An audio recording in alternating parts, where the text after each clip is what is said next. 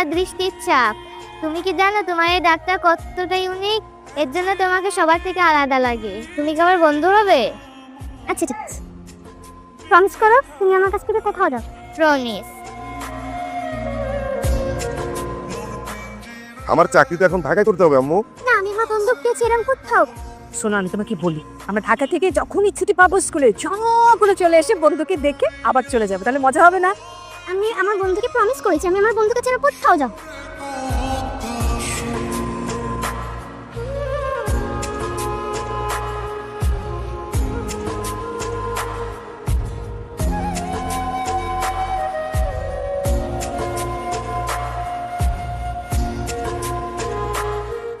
আমি বলে কিন্তু আহত হয়ে গেছে, আমি এগুলো কিচ্ছু বলতে চাই না।